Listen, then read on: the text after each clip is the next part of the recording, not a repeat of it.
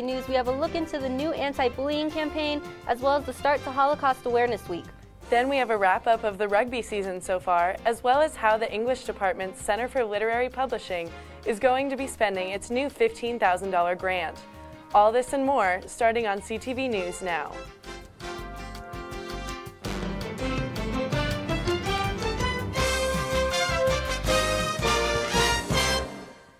Good evening, CSU. I'm news anchor Kira Coles. And I'm Sydney Paul. Let's begin with what's happening in the world of news on this Tuesday.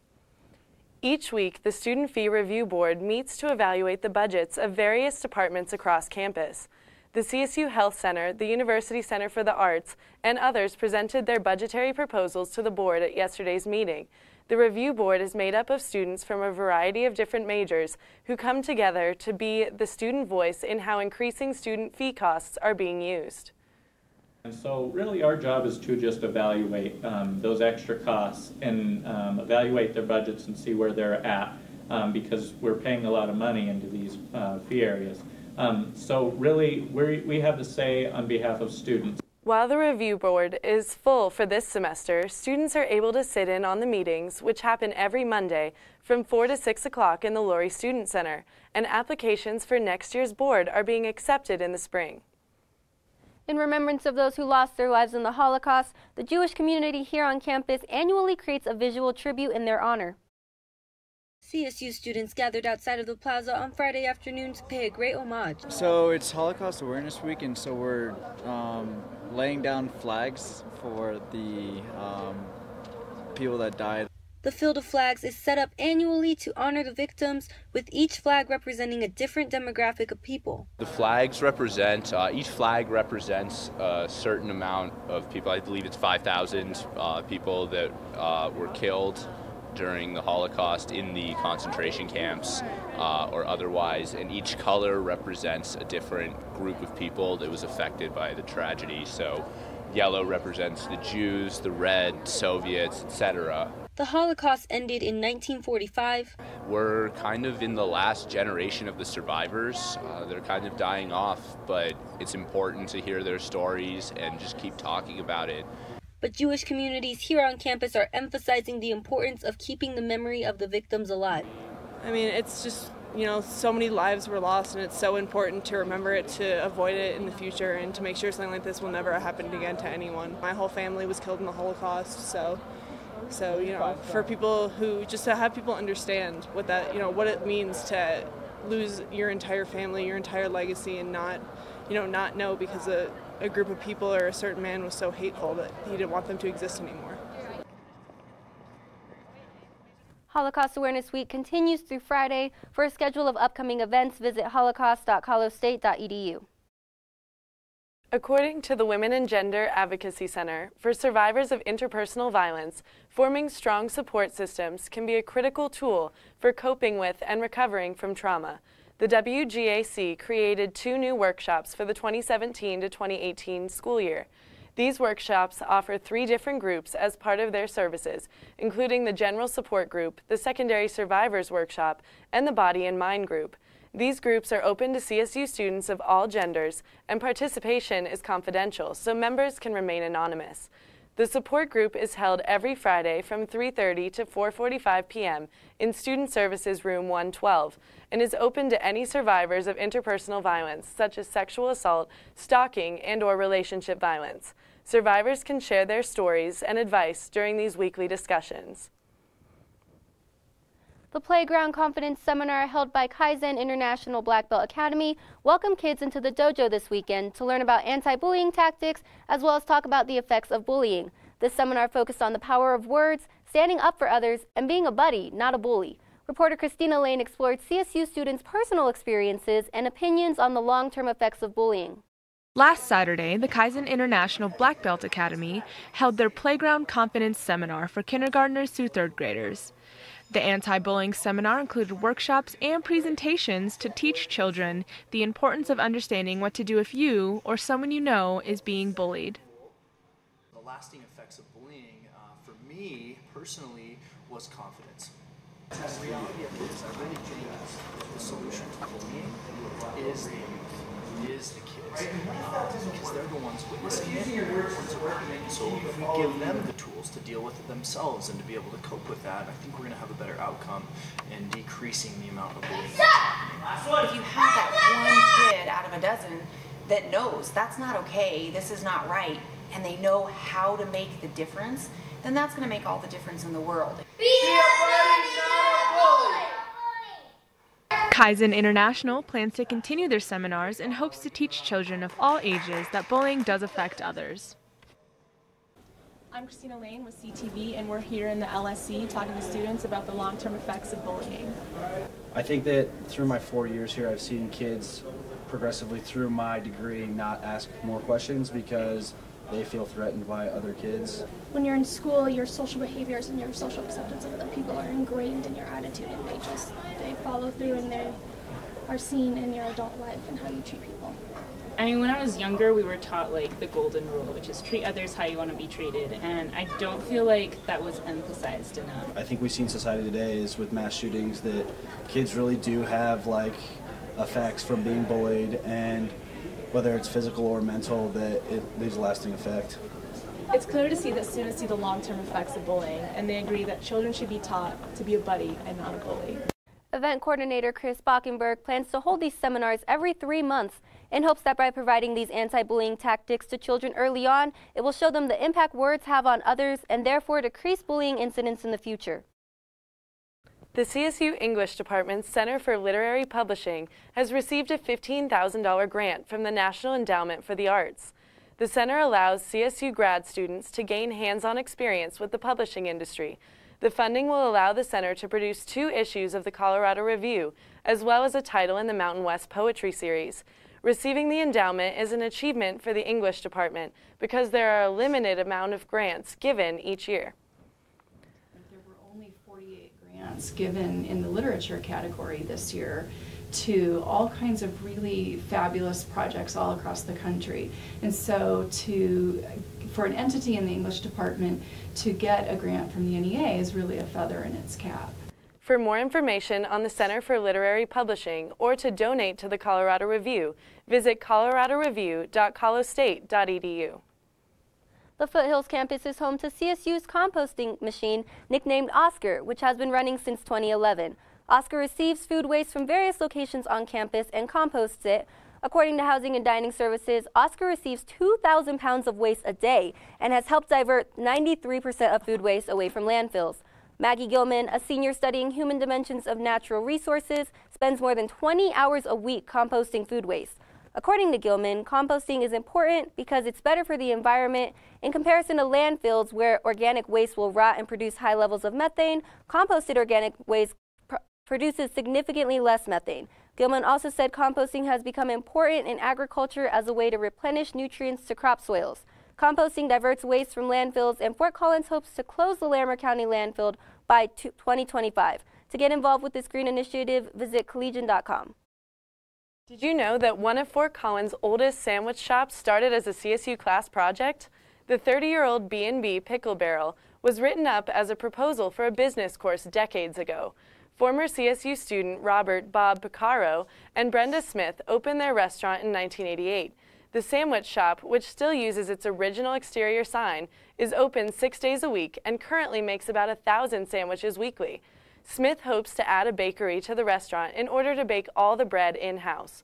To honor Pickle Barrel's history and Fort Collins, Andrew Hemd, a Pickle Barrel employee for the past 13 years, spent about 140 hours painting a mural of the iconic Fort Collins businesses and landmarks in the dining area. You know, it's actually been a while since I've been to Pickle Barrel, but this story has me dying to go back. You know, I've actually never been to Pickle Barrel, so I'd love to join you. Definitely, it's great. I love it. Have a wonderful night, Rams, and don't go anywhere because our weather person, AJ Frankson, has your weekly forecast to see if more snow is in the near future.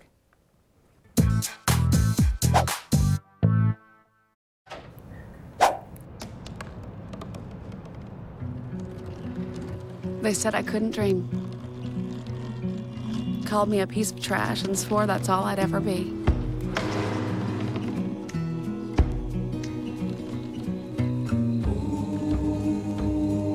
Said a bottle couldn't see the ocean.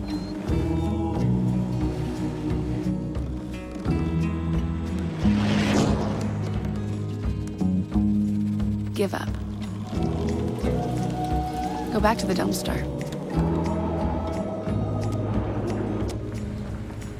But I didn't listen. I made my way.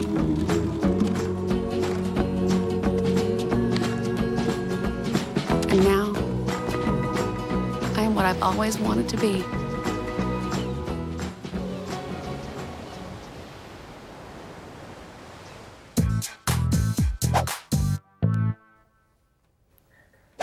What's up, Rams? Thanks for tuning in to CTV Channel 11. I'm AJ Frankston, your weather anchor tonight, and looking at the temperature outside right now, it is a brisk 14 degrees with the 6-mile-per-hour wind chill ripping the heat off of your body, making it feel a little bit closer to 10 degrees. So wear a jacket. Looking at the temperatures tonight, it's really, really cold in Fort Collins at 3 degrees, and going down the I-25 corridor, it's going to get a little bit warmer at a whole 8 degrees in Pueblo. So if you're going to go out tonight, I suggest don't. Looking at the highs for tomorrow, it's going to be about 26 degrees up here in Fort Collins, getting a little bit warmer as you go down south.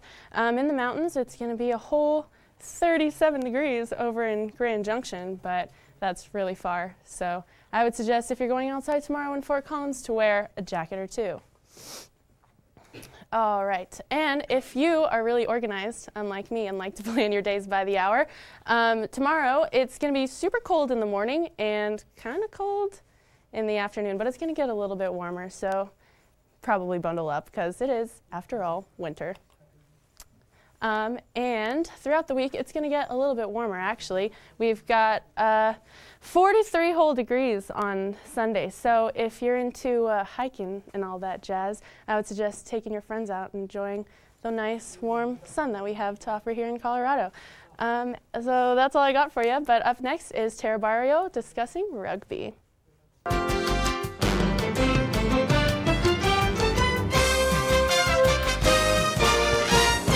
Listen, I realize that I'm not perfect, but it all really started to change because you judge me for having a problem.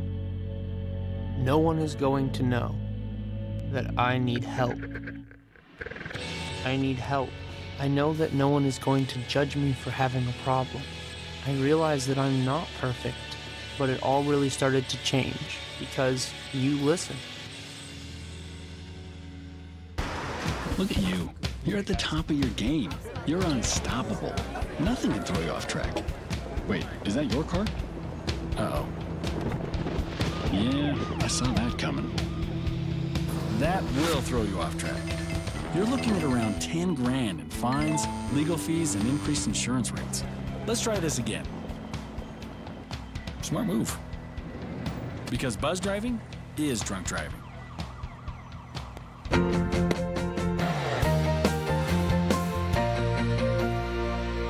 Welcome back from the break. I'm sports anchor Tara Barrow, here to catch you up on all the latest sports news from the weekend.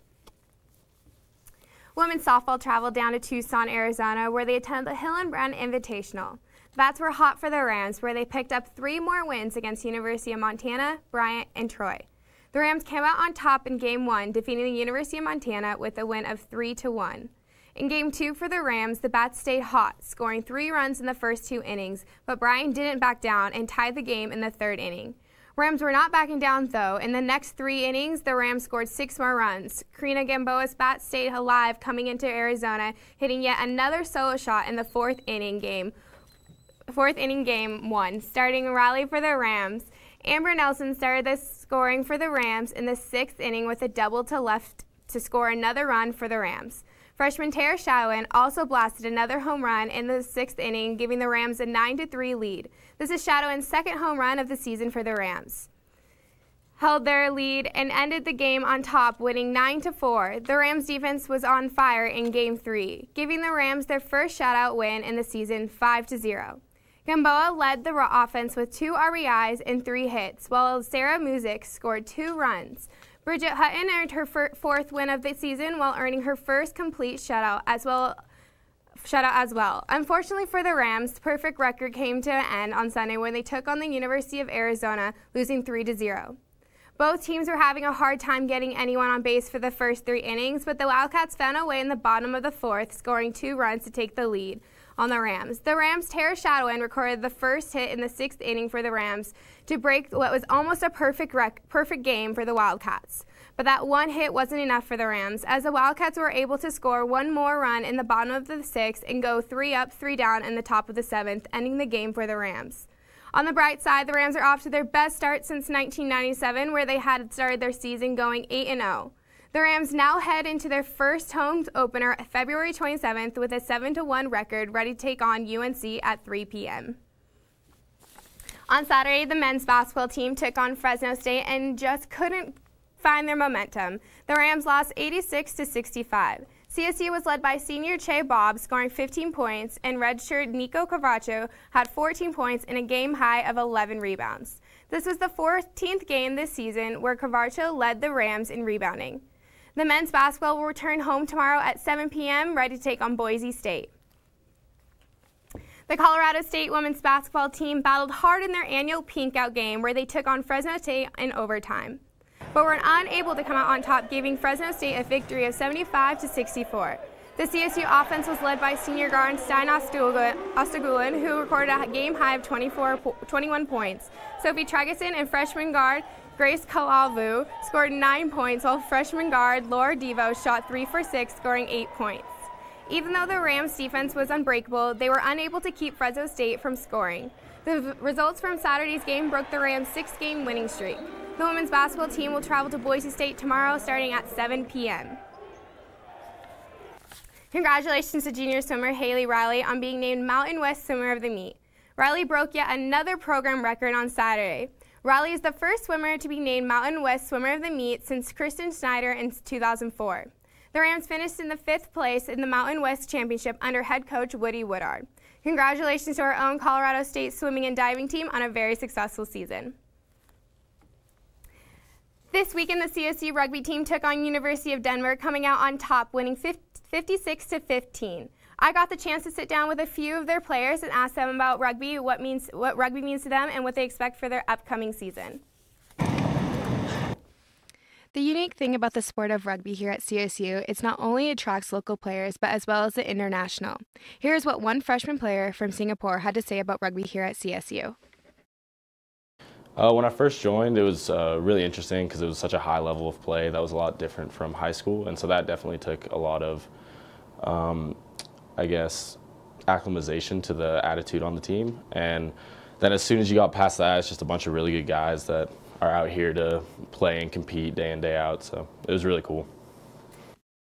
For most of these players, they have been playing since a young age. Freshman Max Whalen from the UK explains to us how old he was when he first started. Oh, I played rugby since I was like 4 years old, so it's always been a big passion of mine. And then when I found out the team here was fairly decent, I was like, sure, I'll come off, I'll turn up and I'll play. So. Unfortunately for freshman Max Whalen, the opening game was not what he had planned for. Yeah, so as I was scoring, I planted with my left foot to try and center the ball under the post, like for an easier kick for myself because I'm the kicker. And I got tackled as my foot planted, and he took me out sideways. My knee went underneath his body weight, and then he came down all on my knee, like at an angle, and then obviously searing pain. What did they say you injured? They think it's my ACL. I'm seeing a specialist this week, but if it's torn ACL, I'll be getting surgery and then be out for 6 months. For the CSU rugby team, losing freshman player Max Whalen is not what Captain Liam Wynn had in store for his team this season. I think it'll affect our season a great deal. Max is a stellar rugby player. He's got a huge IQ of the game, and he just brings a lot to the table. So having him out there will hurt the team, but it'll also just give us a chance to see other players step up and what they have to offer. Alongside having freshman rugby player Max Whalen out, the coaching situation for the team isn't looking the greatest either. So our coach recently had to resign due to some family issues, and I've had to step up into more of a coaching role.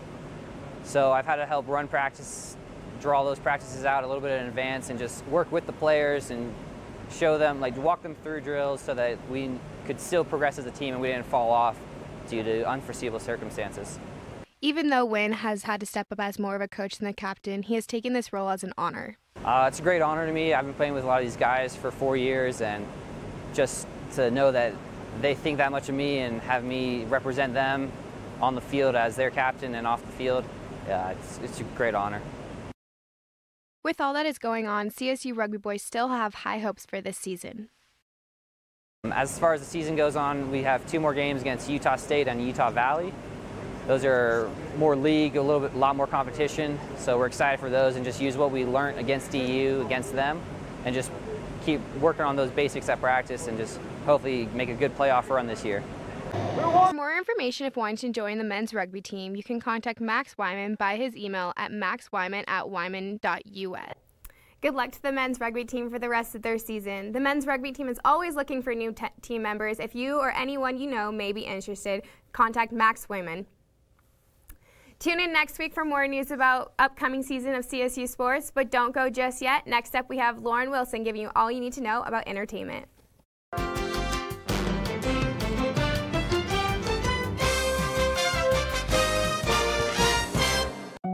They told me a bottle couldn't dream. That I would never become a superhero.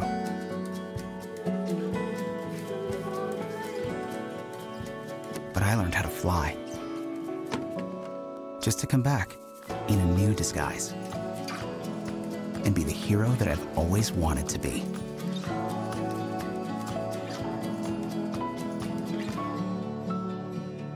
Okay, so we drowned the fire, stirred it, drowned it again, and now just feel if it's cold. Yeah. Cool.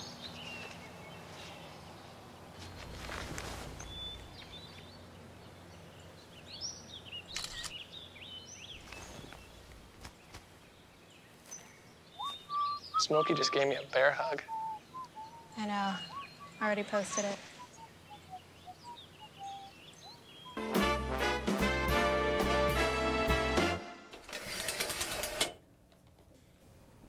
Good evening, CSU. I'm Lauren Wilson, your favorite entertainment anchor, here to bring you the latest news on all things awesome.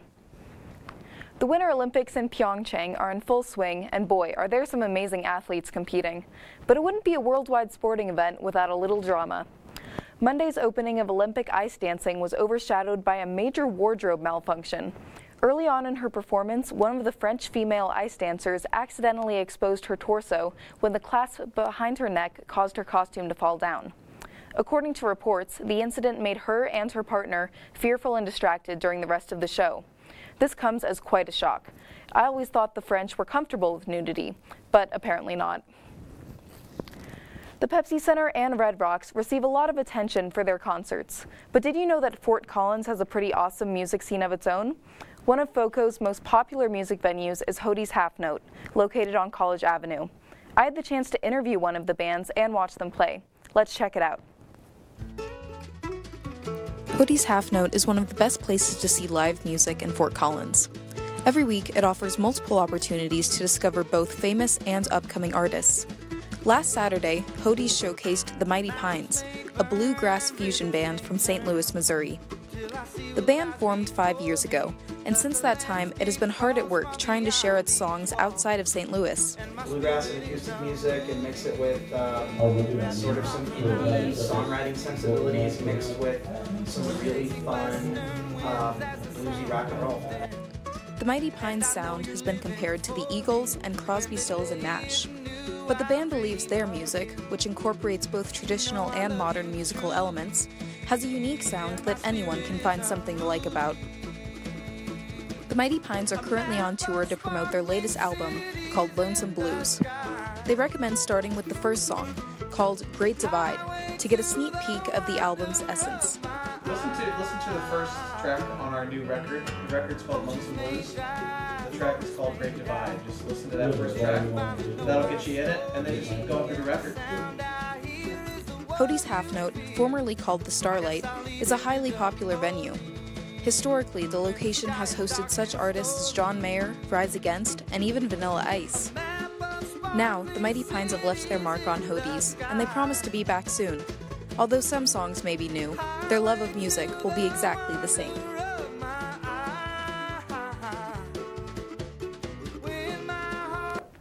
Hody's Half Note showcases talented musicians several nights per week and is open to all ages. For more information, visit their website at hodieshalfnote.com. With flu season upon us and midterms quickly approaching, stress levels are higher than ever. Luckily, artistic activities like drawing, sculpting, and painting have been shown to reduce negative emotions and improve one's immune system. Right now, I can't think of a single student who wouldn't benefit from some art therapy. Pinot's Palette is the perfect place to get the creative juices flowing. Described as a paint and sip studio, Pinot's offers guided painting classes that can be taken while drinking wine or beer.